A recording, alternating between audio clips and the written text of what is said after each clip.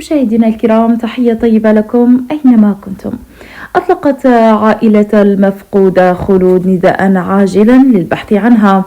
وفي التفاصيل تعلم عائلة الشابة خلود البالغة 20 سنة من عمرها عن اختفائها من مسكنها بالمعذر باتنا، وذلك منذ تاريخ 5 أفريل، حيث غادرت المنزل ولم تعد لحد ساعة، ولا يزال مصيرها مجهولا، ما جعل عائلتها تطلق نداء عاجلا للبحث عنها، وطلبت نشر صورتها على أوسع نطاق لعل فاعل خير يستطيع التعرف عليها أو التبليغ عن مكانها.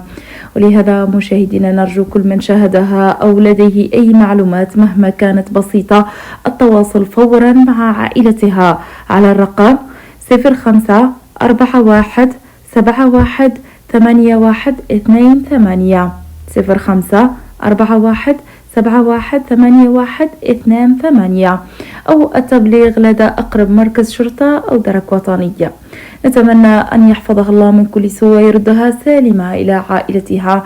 شكرا لكم مشاهدين على حسن المتابعة وطيب الاهتمام. نصل معكم لختام هذا الفيديو. دمتم في رعاية الله وحفظه، والسلام عليكم.